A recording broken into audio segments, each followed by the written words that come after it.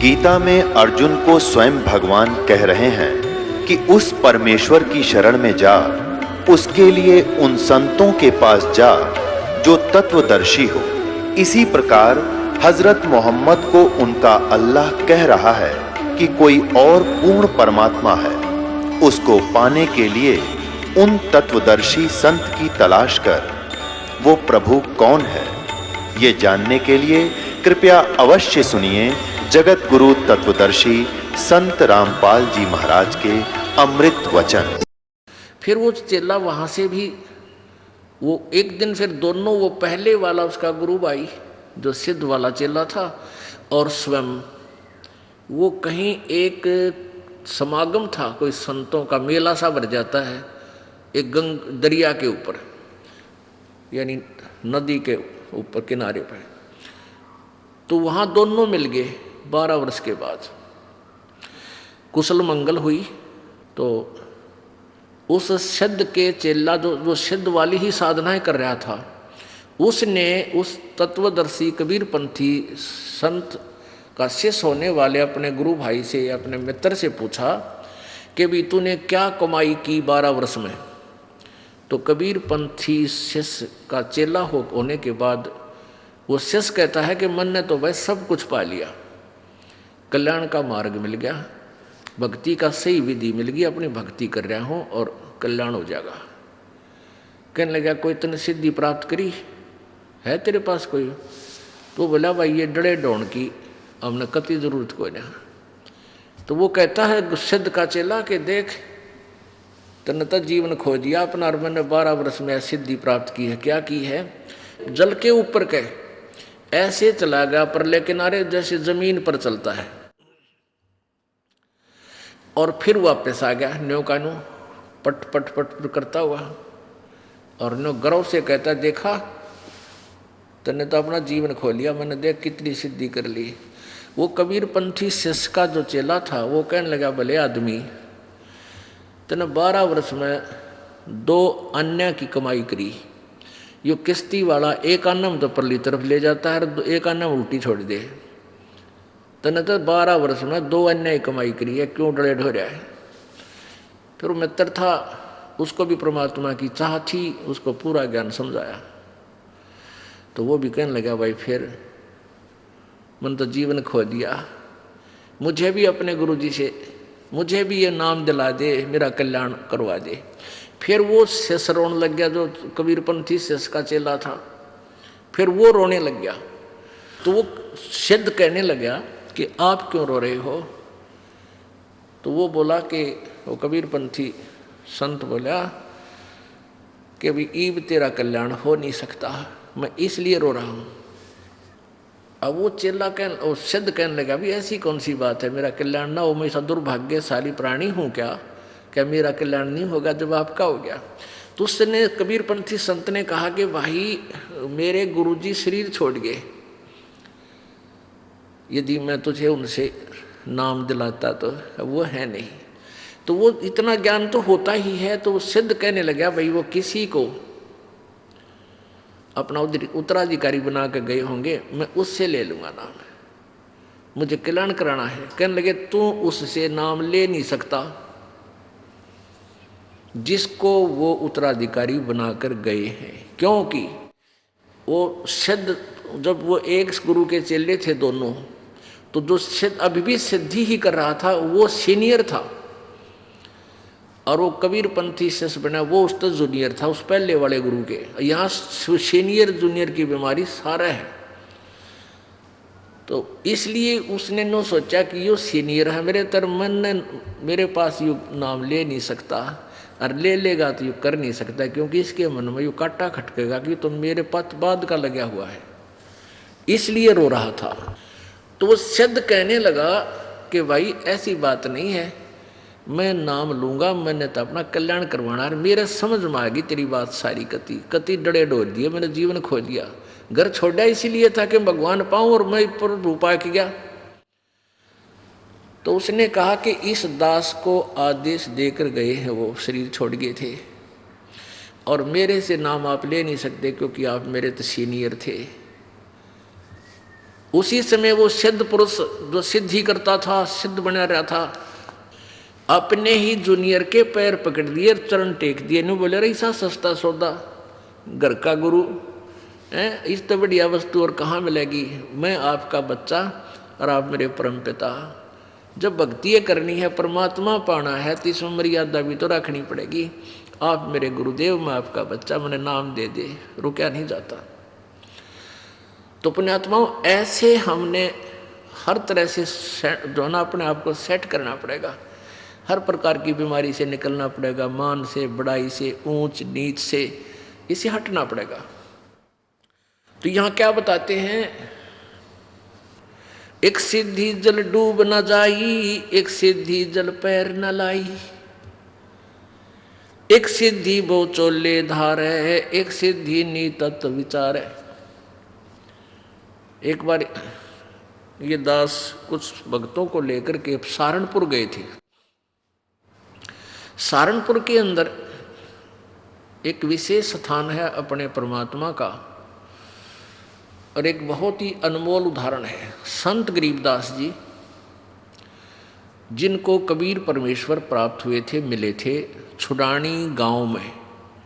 सतलोक से चलकर वो परमेश्वर आए थे, और गरीबदास जी गांव छुडानी, जिला झज्जर, हरियाणा, भारतवर्ष की भूमि पर सन 1717 में उनका जन्म हुआ था। गरीबदास जी का जब 10 वर्ष के हो चुके थे, वो गौओं के पाली गवाले थे खेतों में, वहाँ परमेश्वर आकर मिले थे। उसके बाद परमात्मा ने उनको साक्षात्कार कराया और अपना सतलोक दिखाया, जहाँ परमेश्वर रहते हैं, जहाँ से हम बिछुड़कर आए हुए हैं। तो आगे चल के गरीबदास जी ने परमात्मा कबीर जी की महिमा कलम तोड़ आँखों देखा हाल पूरा लिखा हुआ है, जिसको ग्रंथ सदग्रंथ साहिब हम बोलते हैं, जिनका ये पाठ चल रहा था 3 दिन उस अमरवाणी का। तो गरीबदास जी द्वारा लिखवाई गई वो वाणी है। तो गरीबदास जी का एक शिष्य था। गरीबदास जी कहीं सत्संग करने जा रहे थे, और वहाँ एक सहारनपुर का भूमड़ नाम का एक सैनी था, सैनी जाति से एक भूमड़ सैनी नाम का एक भक्त सहारनपुर का कहीं अपनी रिश्तेदारी में गया हुआ था। वहाँ गरीबदास जी सत्संग कर रहे थे। उस पुण्यात्मा ने सत्संग सुन लिया और गरीबदास जी से उपदेश ले लिया। फिर वो छुड़ानी जाने लग गए, जहाँ गरीबदास जी प्रत्येक पूर्णवासी को सत्संग किया करते थे। अब वो धीरे धीरे इतने प्रभावित हो गए वो भूमड़ जी, भूमड़ भक्त सैनी, के प्रतिदिन ना प्रति महीना सहारनपुर से चलकर छुड़ानी आने लग गए। पहले तो धीरे धीरे ज्ञान होता है, फिर इतनी श्रद्धा बन गई कि सहारनपुर से चलकर गांव छुड़ानी, जिला झज्जर में वो प्रत्येक महीना आते। पहले ना तो कोई कन्वेंस थी, ना कोई रास्ते थे, पैदल आना सहारनपुर से चलकर। सहारनपुर से मेरे ख्याल में झज्जर छुड़ानी गांव 100 किलोमीटर से 150 से 200 किलोमीटर के आसपास है। अब वहाँ से पैदल चलना, और पहले वर्षा के दिनों में ये जैसे बीच में दरियाएं बहा करती थी, उन पर कोई पुल भी नहीं था, वो आते थे।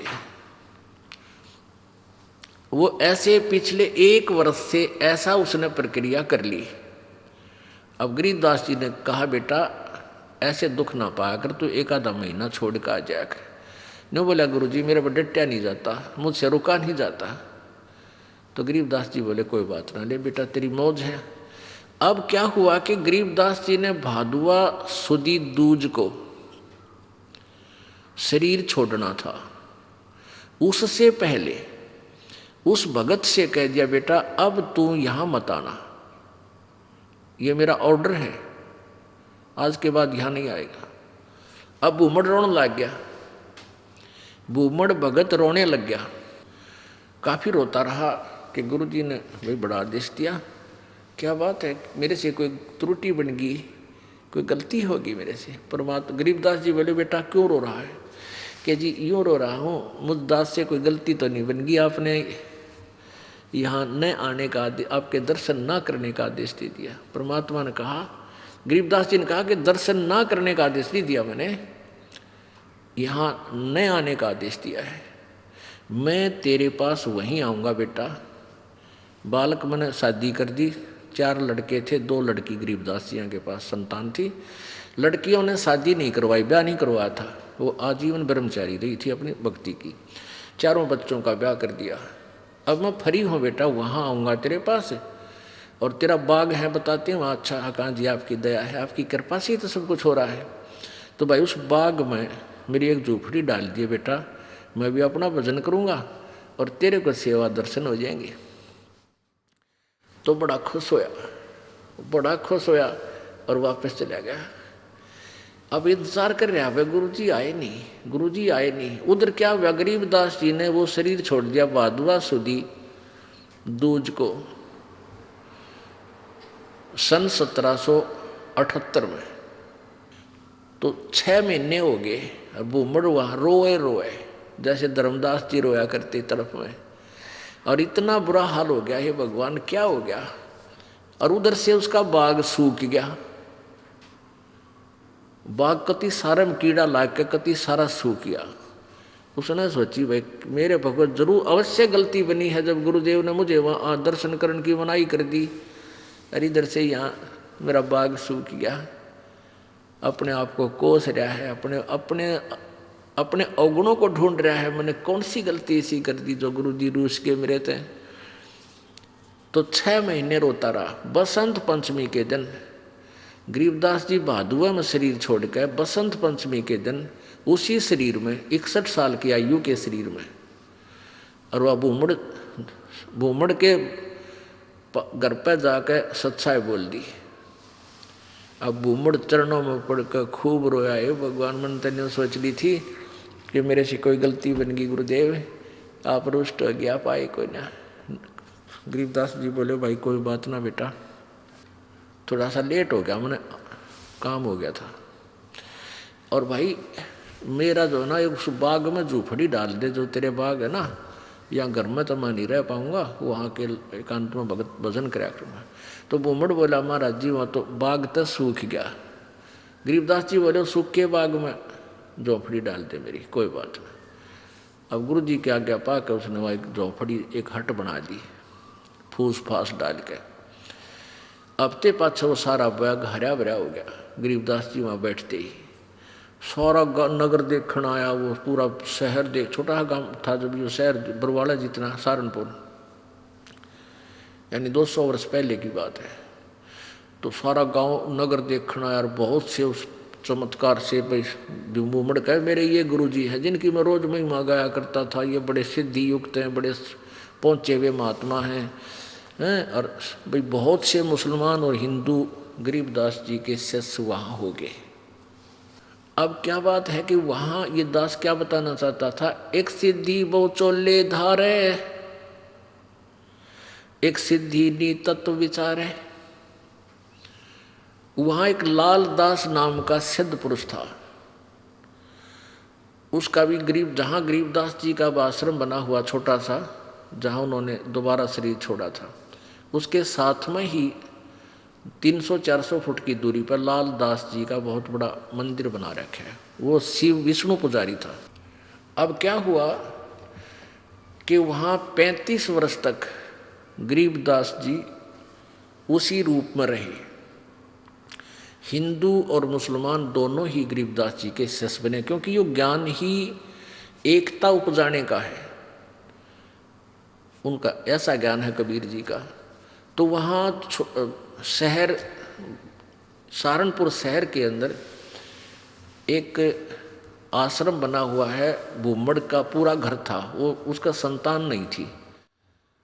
परमात्मा ने उसका कल्याण करना था, इसलिए उसको झंझट में फंसाया नहीं, तो उसने सारा ही अपना घर भी आश्रम के रूप में बना दिया था। आज भी वहाँ विद्यमान है। गरीबदास जी की परंपरा का एक आधा कोई भक्त वहाँ रह रहा है, ये दास देख के आया था।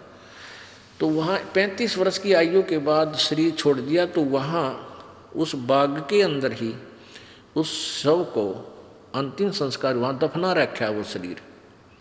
तो अब क्या हुआ, जब शरीर छोड़ दिया गरीबदास जी ने, यानी शरीर त्याग दिया वहाँ पे, तो वहाँ काफ़ी भक्त शेष हो गए थे। तो उन्होंने सोचा भी छुड़ानी वाले जो इनके वंशज हैं, गरीबदास जी के बच्चे हैं, संतान है, उनसे पता करके आओ कि महाराज जी के शरीर को यहाँ लावा या वहीं अंतिम संस्कार कर दे।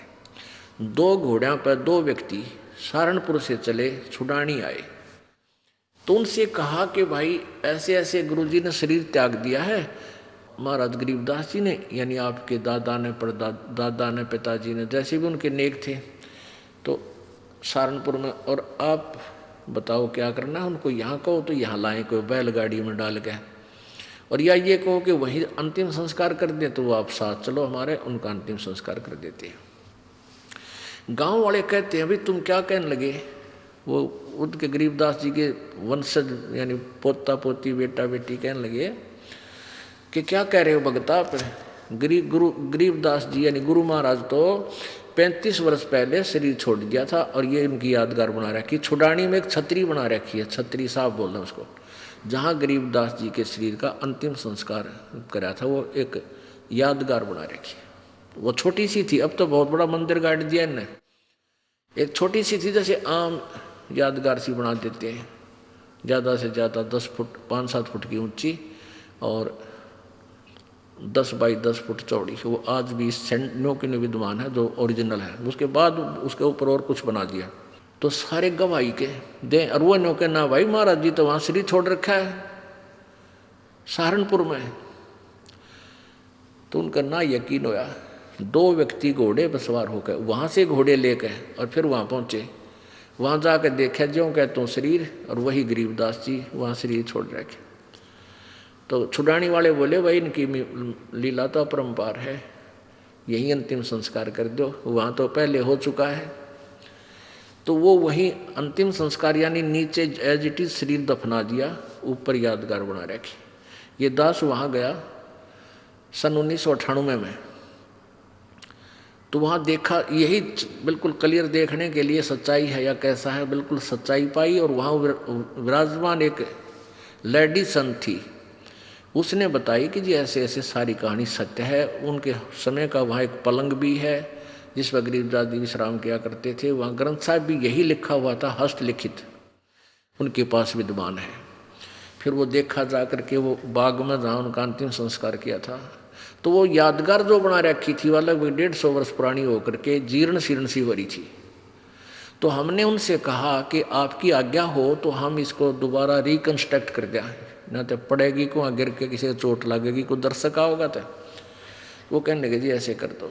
फिर हमने क्या किया कि नीचे का पोर्शन नहीं छेड़ा, वो पुरानी छोटी छोटी ईंटों से बना हुआ था, उसके ऊपर की दोबारा से बढ़िया ईंटों से और एक अच्छा गुम्बद सा बना के वो तैयार किया। और उसके ऊपर पूरा एक बोर्ड लगा रखा है, पूरी कहानी लिखी हुई हमने कि ऐसे ऐसे ये हुआ था।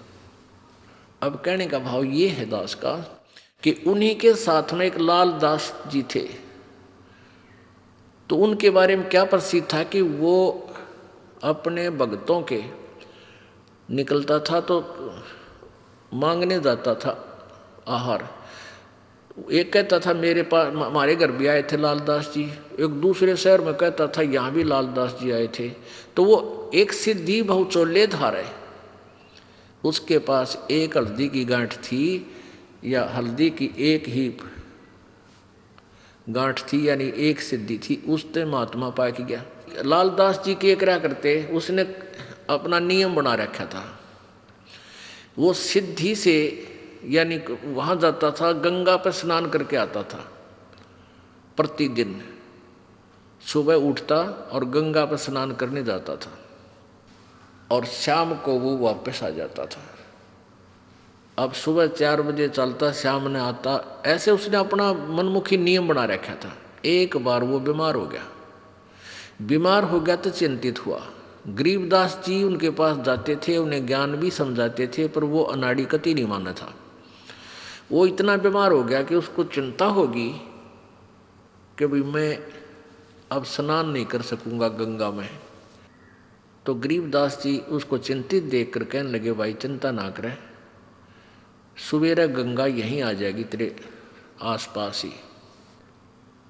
अब उसने चिंता होगी कि अभी कैसे आवेगी। गरीबदास जी ने वहाँ जाकर खड़ा हो गया कि आजा लालदास। उस जहाँ लालदास जी का वो आश्रम है उससे 100 फुट की दूरी पर वह अब भी गंगा बह रही है, छोटी सी नाला सा है, उसको गंगा जैसा ही जल है उसमें। तो गरीबदास जी ने ऐसे इशारा कर दिया, थोड़ी सी दूरी से नीचे से अपने आप एक झरना सा फूटा और पानी बहने लग गया। अब लालदास जी सोचने लगे कि भाई क्या पता यो वही गंगा है या दूसरी। वो नहा तो लिया उस दिन, क्यों उसका तो प्रण नाले, फिर उसको चिंता होगी, उसको चिंता होगी कि गरीबदास ने मुझे बहका दिया हो और नहाने के लिए अपनी सिद्धि तो यहीं से को जल निकाल दिया हो।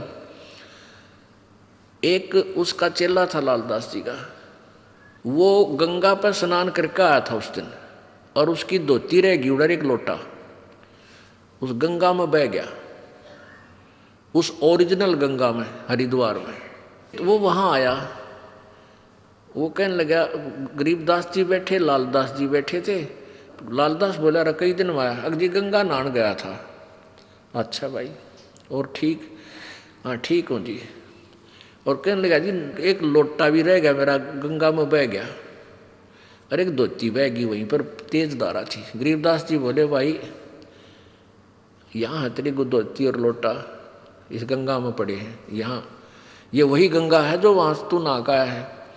अब लालदास जी ने सोचा, भाई जय इसके धोती लोटा यहाँ पा गए तो सचमुच या वाह गंगा है। दोनों तीनों उठ कर गए, वो धोती लोटा वहीं, वह लोटा धोती उड़द पुड़द होकर वहीं पड़े, उन पैर साथ में गांठ कर, वैसे कच्चा ही गांठ था। वो लोटा उठाया, उस पर नाम था उस भगत का, नाम खुदवा रखा था उसने। ने बोला, महाराज जी तो सचमुच वाह गंगा में तो वहाँ हरिद्वार नहा का था, वहाँ खूब गुम हुए थे, ये पाए यहाँ पर। तब उस लालदास का पेटा भरा, इतना उसकी मृत्यु का निकट आ गया। मालिक की वाणी उसने संभाली कोई ना। तो पुण्यात्माओं, इस तरह हम कहाँ विचलित थे। और संत सब कूप है केते सरिता नीरी, दादू अगम अपारे है ये दरिया सत्य कबीरी।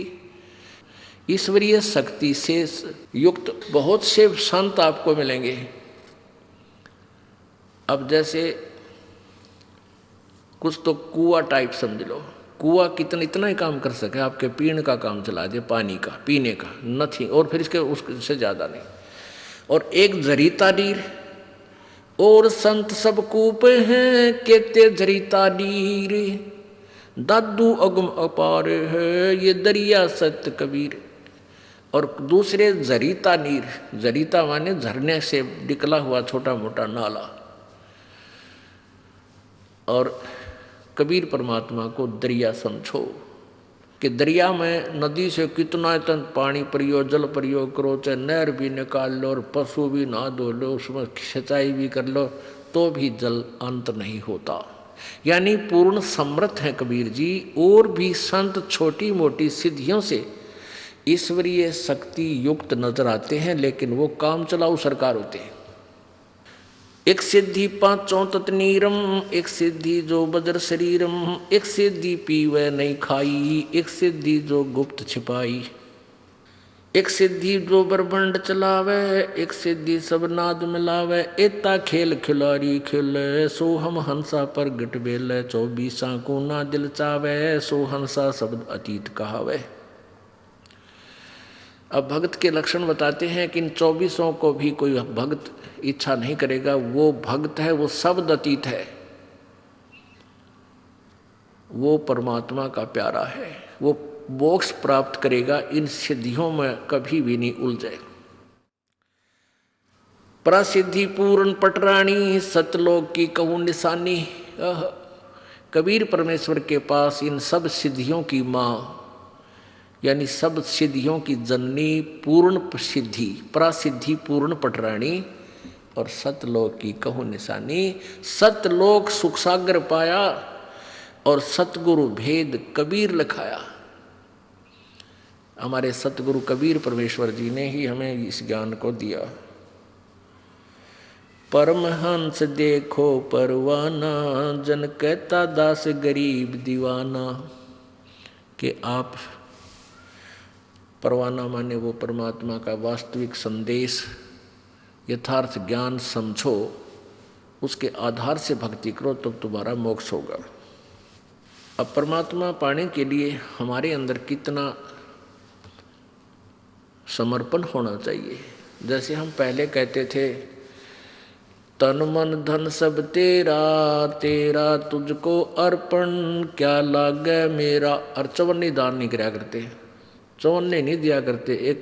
एक हफ्ते में 100 रुपये का बूंदी का प्रसाद बांटा करते, मंगलवार का व्रत रख के, और गीत गाया करते नो, तेरा तुझको अर्पण क्या लागे मेरा। अब हम क्या कर रहे हैं, अब एक एक भक्त ऐसे बढ़ चढ़कर परमात्मा की प्यारी आत्मा इतने उभर रहे हैं, उनकी कथा सुना दो तो आप हैरान रह जाओ, किस प्रकार समर्पित है मालिक पर। फिर किस तरह उनको परमात्मा दोनों हाथों दे रहा है। देते को हर देत है, जहां तहां से आने, अणदेवा मांगत फिरो, फिर परमात्मा सुने ना काने। जो दान करता है उसको भगवान अवश्य देगा, ये नियम है ईश्वर का। लेकिन कहाँ, सुपात्र को दान दे, कुपात्र को नहीं। अब जैसे अपने उपजाऊ खेत में बीज बोओगे, समार पाक अच्छी तरह, तो डूंडा पाटेगा, यानी 1 एकड़ में 70 मन गेहूँ हो जा। अर्जा की तक कालर में अर्थात रेही में जाकर बो दोगे उतना ही बीज, वो बीज भी जल जाएगा। यानी कुपात्र इन झूठे गुरुओं के पास दान दिया भी आपका नहीं फल है। सुपात्र यानी अपने यथार्थ अपनी डहर में बोए, डहर में, डहर का अर्थ है उपजाऊ जमीन, उसमें बोए, फिर देखो कितना उपजा। यानी पूर्ण संत के माध्यम से किया हुआ दान आपको बहुत गुना वापस होकर मिलता है। और नी इच्छा जो दान करते हैं बगैर किसी मनोकामना के, उसके दोनों फल हैं। वो भक्ति में भी उसका जो है ना फल मिलता है, भक्ति में भी वो ऐड हो जाता है। जैसे परमात्मा कबीर जी कहते हैं, चिड़ी चोंच भर ले गई नदी न गट्टो नीरे, दान दिए धन घटे नहीं नो कह रे साहिब कबीर। परमात्मा अपनी मोर मार कर कह रहे हैं, अपना गवाही दे रहे हैं कि जैसे जल से चिड़िया चोंच भर लेगी दरिया से नदी तक, उसमें कोई फर्क नहीं पड़ता। इसी प्रकार आप दान करते हो, उस दान के देने से जैसे नदी का दान दिए धन घटे नहीं। आप कितनी कमाई करते हो विचार कर लो, आप कितना धन कमाते हो जिस दिन से आप अपने पैरों पर खड़े होते हो और जिस दिन तुम्हारा अंत होगा। और फिर उसकी रेसों में कितना दान करते हो, जैसे दरिया में तो एक चोंच चढ़ी लेगी हो, इतना ही दान आप कर पाते हो। बाकी सारा या काल व्यवस्था में ही लगा जाते हो, लग ही जाता है। फिर उसका उस चढ़ी वाले चोंच का यानी थोड़े से दान किए हुए का आपको कितना फल परमात्मा देता। इस जन्म में सुखी करे और आगे जन्म में ये कई हजार गुना बना और दरिया पावे, यदि सुचारू विधिवत दान किया जाता है तो। वैसे ड्रामेबाजी अपनी मर्जी से दान करना, उसका कोई लाभ नहीं होगा। अपने आत्मा कई बातें आ जाती हैं जो तत्व ज्ञान है, और हम बालक हैं, भक्ति मार्ग में हमें ज्ञान नहीं था। एक तरफ तो ये कहते हैं बस जो जैसा कर्म करेगा उसको फल अवश्य मिलेगा, पाप करो चाहे पुण्य करो। और एक तरफ से परमात्मा कहते हैं गुरु बिन माला फेरते, गुरु बिन देते दान, गुरु बिन दोनों निष्फल हैं, चाहे पूछो वेद पुराण। अब गुरु जी के द्वारा दान नहीं किया गया वो व्यर्थ है, निष्फल है, बेकार है, ये भी कह रहे हैं। और फिर ये भी कहते हैं मन तो पावेगा अपना किया रे, भोगेगा अपना किया रे। मन तू पावेगा अपना किया रे, भोगेगा अपना किया रे। ये दोनों बात क्यों करवाई? हाँ, इसका भी एक एग्जाम्पल है। जैसे जब तक हमें संत परम नहीं मिलते तो हम दान करते थे। कोई भंडारा करता है, कोई किधर गौशाला धर्मशाला बनवा देता है, कोई प्याऊ लगवा देता है, कोई तीर्थों पर जाकर भोजन भंडारे साधु संत भक्तों को कराता है। उसका भी फल मिलता है, व्यर्थ नहीं है, और वो व्यर्थ भी है। ये दोनों बात कैसे हैं? ऐसे हैं कि जैसे किसी ने पुण्य बहुत कर दिया और परम संत मिला नहीं, झूठे गुरुओं का भी आड़ ले ली, झूठे गुरु भी बना रखे हैं, वो नकली हैं, तो वो क्या होगा कि उसका किया हुआ पुण्य उसे अवश्य मिलेगा, अगले जन्म में वो कुत्ता बन जाएगा। आपने देखा होगा कई कुत्ते, ड्राइवर तो होता मनुष्य और कुत्ता बैठा है माल्यकाली का सीट पे, बैक सीट पे, और शीशे में झांकी में गन्नू देखा है बैठ के, बाढ़ मुँह काट गए, और मनुष्य उसका ड्राइवर है और उसका पालतू कुत्ता। और उस कुत्ते के लिए अलग से एक रूम होता है, और हफ्ते में 2 बार वेटरनरी सर्जन यानी डंगरा का डॉक्टर उसकी चेकअप करके जाता है, 3 बार उसका स्नान कराया जाता है, सुबह सुबह सैर सपट्टे करा के लाता है, और बढ़िया भोजन आहार उसको मिलता है। जन साधारण मनुष्य को भी इतना अच्छी ट्रीटमेंट, इतनी सुविधा नहीं मिलती जो कि उस कुत्ते को मिली हुई है। अब उस नालायक प्राणी ने दान तो किया, और उस दान का, उस पुण्य का फल भी उसको मिल गया, पर मिला कुत्ते के रूप में। यदि वो परम संत की शरण में होता तो उसको मान ले पारना होता तो ये सुविधा मिलती, कार भी मिलती, वेटरनरी सारी सुविधा मिलती, कूलर लगा हुआ उसके रूम में ये भी मिलता, और जो आज कुत्ते के रूप में मिली उसने।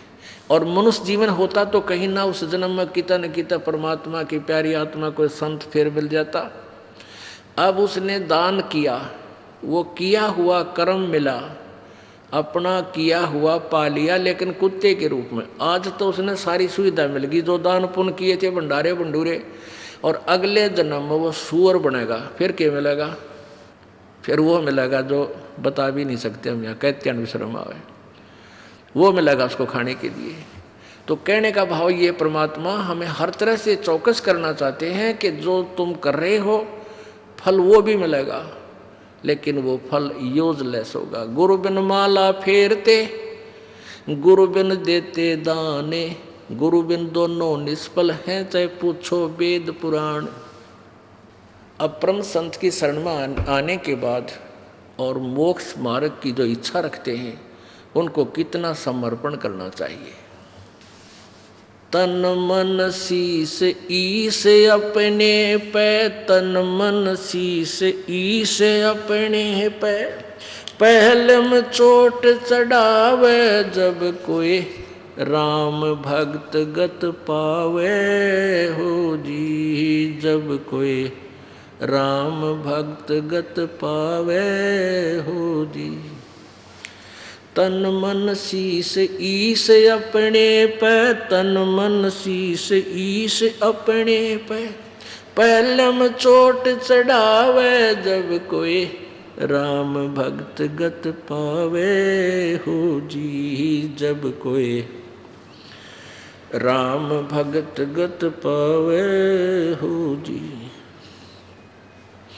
भाई सतगुरु तिलक अजप्पा माला, युक्त जटा रखवावे, सतगुरु तिलक अजप्पा माला, युक्त जटा रखवावे, जत को पीन सत का चोला, भीतर बेख बनावे, जब कोई राम भगत गत पावे हो जी, जब कोई राम भगत गत पावे हो जी। भाई लोक लाज मर्याद जगत की, तृण ज्यों तोड़े बगावे, लोक लाज मर्याद जगत की, तृण ज्यों तोड़े बगावे, कामनी कनक जहर कर जाने, तब शहर अगमपुर जावे, जब कोई राम भगत गत पावे हो जी, जब कोई राम भगत गत पावे हो जी। कामनी कनक जहर कर जाने, तब शहर अगमपुर जावे, जब कोई राम भगत गत पावे हो जी, जब कोई राम भगत गत पावे हो जी। तन मन शीस ईस अपने पे तन मन शीस ईस अपने पे पहलम चोट चढ़ावे जब कोई राम भक्त गत पावे हो जी। जब कोई राम भगत गत पावे हो जी। भाई जो पतिव्रता पति से राती आन पुरुष ना भावे। जो पतिव्रता पति से राती आन पुरुष ना भावे। बस पीहर में सुरत प्रीतम न्यो कोई ध्यान लगावे। जब कोई राम भगत गत पावे हो जी। जब कोई राम भक्त गत पावे हो जी। भाई नंदा स्तुति मान बढ़ाई मन से मारे गिरावे। निंदा स्तुति मान बढ़ाई मन से मारे गिरावे। अष्ट सिद्धि की अटक न माने वो आगे कदम बढ़ावे। जब कोई राम भक्त गत पावे हो जी। जब कोई राम भक्त गत पावे हो जी। भाई आशा नदी उलट के डाटे आडा बंद लगावे। आशा नदी उलट के डाटे आडा बंद लगावे। बवजल खार समुंदर माही बोहर न खोड़ मिलावे। जब कोई राम भक्त गत पावे हो जी। जब कोई राम भक्त गत पावे हो जी। भाई गगन महल गोबिंद गुमानी पलक माहे पहुँचावे। गगन महल गोबिंद गुमानी गगन माहे पहुँचावे। नितानंद माटी का मंदिर ये नूर तेज हो जावे। जब कोई राम भगत गत पावे हो जी। अब क्या बताते हैं, देखो नितानंद जी ये विष्णु जी के उपासक थे। और जैसा कि आपको बताया जाता है कि खेल का मैदान है ये भगवान वाला। अब जो जिला स्तर पर खेलते हैं उनके भी नियम वही हैं, और जो इंटरनेशनल स्तर पर चले जाते हैं खिलाड़ी उनके भी मर्यादा और नियम यही होते हैं। तो ये सभी पर लागू है ये इस तरह के जो क्रियाएं हैं, तो सभी करेंगे तभी वो अपने इष्ट धाम को प्राप्त कर सकेंगे। पहले तो गुरु पूरा हो और फिर समर्पण हो। तन मन शीश कैसे देना होता है, सिर काट कर नहीं देना। एक गुरु के 4-5 चेले थे और उनको शिक्षा देते थे। यही सेम ही गाइड होता है, सबकी एक जैसी गाइडेंस होती है। भाई गुरु जी को की आज्ञा का पालन अवश्य करना चाहिए, तभी जो है शिष्य गुरु जी से लाभ प्राप्त कर सकता है। भाई जो गुरु बचन पे डट गे कट गे फंद 84 के। कट गे फंद 84 के। वस्तु मिली ठोड़ की ठोड़ मिट गी मन पापी की दौड़। वस्तु मिली ठोड़ की ठोड़ मिट गी मन पापी की दौड़। भरम मिटे मथुरा काशी के। भरम मिटे मथुरा काशी के। भाई जो गुरु बचन पर डट गे रकट गे फंद 84 के। यानी इस तरह की कथाएं तो आम व्यक्ति भी बताता रहता है कि जो परम संत की बात को स्वीकार कर लेता है और गुरु जी के वचन का पालन करता है, आज्ञा का पालन करता है, वही गुरु जी जैसा भी जिस सत्र का वो गुरु है वो उसका लाभ विशेष तभी प्राप्त करता है।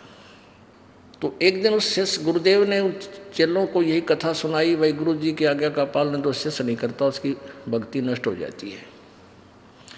और कुछ देर के बाद कहता है कि बच्चों आओ, तुम एक मेरा आदेश है कि मेरे सिर में 5-5 जूते मारो। अब चेले राम फंस गए धर्म संकट में।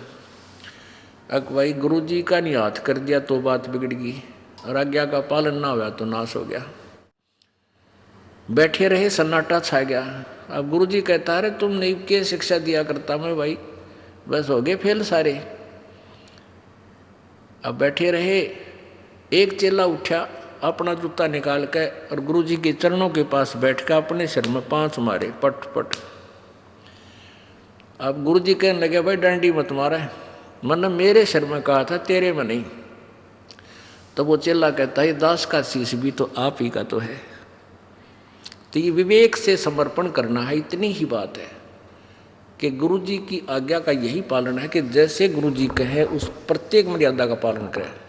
अब गुरुजी क्या कहेंगे, बेटा भक्ति कराया करो, परमात्मा ना भूलियो, बुराई छोड़ दो, बीड़ी शराब मांस तम्बाकू मत पीना।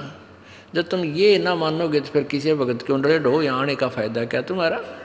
तो ये आज्ञा का पालन तक ये शीश देना है। और भाई सत्संग में जरूर आया करो, 100 काम छोड़ कर आया करो, ये आदेश होता है गुरु जी का। और यही पालन नहीं करोगे फिर भगत किसे, फिर लाभ इसे टिंडे मिलेंगे तुम न जिसे करोगे। अब क्या बताते हैं, तन मन शीस ईस अपने पे पहले में चोट चढ़ावे, जब कोई राम भगत गत पावे। यानी ये ब्लाइंड फेथ का मार्ग है, भक्ति मार्ग। ब्लाइंड फेथ गुरु जी पर करना होगा। अब इस ब्लाइंड फेथ का लाभ उठा लिया नकली गुरुओं ने। अब भगत श्रद्धालु चले जाते हैं, गुरु जी जो कहते हैं भाई सही है। देखा है लाखों करोड़ों से ऋषि नकलियाँ का फंसे बैठे हैं, उनकी कोई थ्योरी नहीं, ABC नहीं जानते हुए, और वहाँ बेचारे नहीं बैठे रहते। वह गुरु जी जो कहते हैं सही है, क्योंकि वो श्रद्धालु गणे हैं, वो पुण्य आत्मा ज़्यादा है। और वो नकलियाँ उनका सूत बैठ गया, लाभ मिल गया वो कि मैं अटबट मारे जाओ, गुरु बच्चे नो सिर लाते रहते। हाँ बहुत ठीक बताई। लेकिन इस तत्व ज्ञान को समझ कर फिर समर्पण करें, फिर अग्रम अग्रम नहीं रहने चाहिए। जिस दिन नाम ले लेते हो आप, उसके बाद नाम लेने से पहले हमने इतने ग्रंथ बना रखे, सारे पढ़ के देख लो। बना तो भगवान ने रखे थे, हमने तो उनको सरलार्थ करके सिंपल वे से समझा के एक पुस्तक बना रखी है। पहले पूरी अपना सारा संशय दूर करके फिर नाम लेना चाहिए, फिर समर्पण करें जब आपके बात समझ में आ जाता है। और नाम लेने के बाद फिर तुम सोचते हो ऐसा नहीं होता, गुरु जी क्या बता रहे हैं, ऐसा ठीक नहीं है, वहाँ भी आपका नाम खंड हो रहा है। फिर ब्लाइंड फेथ करना चाहिए आपने। गुरु जी जो करे फाइनल, क्योंकि आप तो बालक हो, गुरु जी एक टीचर होता है। आप टीचर किस दृष्टिकोण से आपको समझा रहा है, आपकी बुद्धि वहाँ पहुँच भी नहीं रही, इसलिए आप यूँ कह रहे हो ना, ऐसा तो ना लगता, ऐसा तो ठीक नहीं है। तो ये नहीं होना चाहिए। ये तो नाम लेने तो पहले होना चाहिए आप में, उसकी पूरी क्लियर करो उस कंसेप्ट को, फिर नाम ले लो। तो क्या बताते हैं भाई, सतगुरु तिलक अजप्पा माला युक्त जटा रखवावे। अब जैसे ऊपर बाल बूढ़ रखवा ले हैं, इतने बड़े बड़े दाढ़ी बढ़वा ली, या केवल एक कोपीन बांध कर सारा नहीं वस्त्र रहते, एक लंगोट बांध लिया, कहते हैं ये लोग दिखावाकरण की आवश्यकता नहीं है। सतगुरु तिलक, तिलक जैसे आप लगाते हैं यहाँ माथे पे बिंदी सी, कहते हैं गुरु जी को यहाँ रखो, यानी शीश सिर पे माथे का तिलक, यानी अति पूजनीय। सतगुरु तो तेरा तिलक होना चाहिए, यानी उसको समर्पण होना चाहिए तेरा सब कुछ। और अजप्पा माला जो नाम दे रखा श्वास का, वो अजप्पा माला, अजप्पा जाप होता है, वो तेरी माला, उसका स्मरण करता रहना। और युक्त जटा रखवावे, युक्ति जो साधन गुरु जी ने बताया है, जो विधि बताई है, वो तेरी जटा है, उसकी उसी तरह तू चल, यानी ऊपरली जटा की जरूरत नहीं। और जत को पीन, यानी एक इष्ट पर आधारित रहना। व्यभिचारणी भक्ति मत करना, गीता जी में भी मना किया है। जो अव्यभिचारणी भक्ति करते हैं वही उस परम पिता को प्राप्त होते हैं। व्यभिचारणी भक्ति होती है एक इष्ट की बजाय 36 इष्ट, 36 देवताएं पूजा करे, वो व्यभिचारणी। जैसे एक लड़की अपने पति पर आश्रित ना हो करके अन्य पुरुष गमन करती हैं, तो वो व्यभिचारणी कहलाती हैं। तो कहते हैं ऐसे नहीं चलेगा, केवल एक इष्ट और एक ही गुरु, नथिंग एल्स, जो वो बताओ वही करना होगा। तो यहाँ कहते हैं जत को पीन और सत का चोला, यानी पूरा खरा रहे, बकवाद नहीं करे, मन में दोष नहीं रखे, और भीतर वेख बनावे, अंदर अंदर साधु बने, बाहर दिखावा नहीं। नम्रता आवे, शुद्धता आवे, बुराई से दूर हो, चोरी चप्पा जारी नहीं करे, झूठ नहीं बोला, ये तेरा अंदर भेख बनावे। सत्य, सत का चोला भीतर भेख बनावे। फिर क्या कमाल करते हैं, क्योंकि ये मर्यादा करनी पड़ती है। लोक लाज मर्याद जगत की और तरण जो तोड़ बगावे। जैसे मीराबाई ने तोड़ी एक ठाकरों के घर में जन्म होके, और रविदास जी एक शूद्र जाति के महात्मा से नाम लिया, उसने लोक लाज को डीकड़े की तरह तोड़ के फेंक दिया और वो परमात्मा पाई। लोक लाज मर्यादा जगत की, जो हमने मर्यादा बना रखी है, क्या बना रखी है? बात में जाओगा भाई और बेबे बहन वहाँ पटड़ा बिछाओगी और नु कहेगी भाई आड़े खड़ा और मैं तेरी पूजा करूँगी, उसका तिलक लावेगी, उसकी आरती करेगी। क्यों? एक चार अन्य फालतू दे दे भाई, सारा रोला यूँ है। अरे ओ भाई पहले भी वही था, आज भी वही है। आपका बहन भाई का एक नाता विशेष हो है, और बहन का हक है आप भाई जावे अपनी बहन के दुख में पहले दुखी हो जाकर, बात वाले दिन क्यों ड्रामा करे? पहले पूछा बेबे इतने पैसे की आवश्यकता वो बता, और चीज़ चाहिए वह बता, उसकी आवश्यक वस्तु पहले ही प्रबंध कर दे, उस दिन ड्रामा नहीं करे। तो ये इस तरह की जो कहानी है, ये लोक लाद, ये मर्यादा जगत की बनाई हुई मर्यादाओं को ये नहीं करे। जैसे रक्षाबंधन बनाती है बहनें, भाई पर जाती है, भाई का रक्षाबंधन बांधती है कि तू मेरी रक्षा करिए। एक बहन कह रही थी रक्षाबंधन को मैं गई हुई थी अपने भाई का रक्षाबंधन बांधने के लिए, और भाई दुर्घटना में ग्रस्त हो गया, भाई की लाश मेरे पास आ गई। बताओ, वो ईब समझ में आवा है कि वो बेचारा मेरी रक्षा कहाँ करेगा जो अपनी ना कर सका। तो क्यों ना उस परमात्मा के बांधे हम जाकर रक्षाबंधन कबीर परमात्मा की शरण में आए, उस सूत्र से बन जाए जो सबकी रक्षा करता है। तो इस तरह की जो मर्यादाएं हैं ये हमने तरण की तरह यानी डीकड़ा सा तोड़ कर फेंकना पड़ेगा। जो पति बरता पति से राती आन पुरुष ना बावे, कैसे साधना करते हैं? कहते बस है पीहर में सुरत प्रीतम में नो कोई ध्यान लगा। ये हमारा मेडिटेशन। जैसे लड़की का ब्याह हो गया, शादी कर दी, पति के पास चली गई, फिर वह महीने 20 दिन के अपने घर के लिए अपने पीहर आ जाती है, मायके आ जाती है, तो उसका एक पल भी अपने पति से दूर मन नहीं होता, और ना घर क्या न बेरा उसके मन में क्या सोच रही है, क्योंकि स्वाभाविक होता है। बच्चा जहाँ रहने लग जाता है वहाँ हर एक क्रिया में उसका ध्यान रहता है, भाई भैंस ना प्याई होंगी, फलाना काम ना कराया होगा, पति कदे भूखा रह गया हो, यानी 100 तरह की बता उस मन में उसको पता भी नहीं को वो क्या सोच रही है। तो जो पति भरता पति से राती आन पुरुष निभावे, चाहे सोने का बन के खड़ा हो जाए दूसरा पुरुष, और पति भरता लड़की के मन में वो स्वप्न में भी नहीं आ सकता। तो ऐसे एक इष्ट और ऐसी लगन कि बस पीहर में और सुरत प्रीतम में, भाई नो मेडिटेशन लावे। ये है मेडिटेशन हमारा। भाई नंदा सतुति मान बढ़ाई मन से मारे गिरावे। मान लिया आपकी कोई निंदा करता है, करने दे, बालक है इसने इतना ही बेरा है। और कोई आपकी सुखी बड़ाई करता है, भाई वो बड़ाई करे समझ लो कि मैं मांगण आया तेरे पे, सिद्ध है गायो। ये पति सीधी सी बात समझ लो संसारिक लोगों की। अगर आपकी बड़ाई करता है तो आपसे कुछ वस्तु इसने प्राप्त करनी है, ना तो ये कोई नहीं डूम की तरह गीत गावे। और वैसे कोई निंदा कर रहा है तो भाई यूँ करता है, कहाँ धक्के खान जावे है वहाँ के रखा है, देखो वो तीसरे दिन सत्संग में जावे है, वो निंदा करता है तो उसकी तरफ भी ध्यान नहीं दे, करने दे इसने, करता रहेगा। इसको क्या पता बालक है। निंदा अस्तुति और मान बढ़ाई मन से मार गिरावे, अष्ट सिद्धि की अटक ना माने आगे कदम बढ़ावे।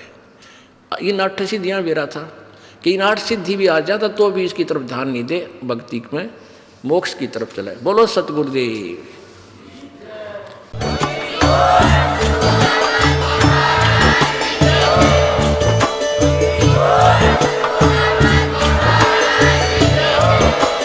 आप सुन रहे थे जगत गुरु तत्वदर्शी संत रामपाल जी महाराज जी के मंगल प्रवचन। अधिक जानकारी के लिए विजिट कीजिए हमारी वेबसाइट www.jagatgururampalji.org। संत रामपाल जी महाराज जी के शुभ आशीर्वाद से पूरे विश्व भर में 500 से भी ज्यादा नाम दीक्षा केंद्र हैं, जिन पर संत रामपाल जी महाराज जी द्वारा ऑनलाइन निशुल्क नाम दीक्षा दी जा रही है। अपने नजदीकी नाम दीक्षा केंद्र का पता करने के लिए संपर्क करें 8222880541।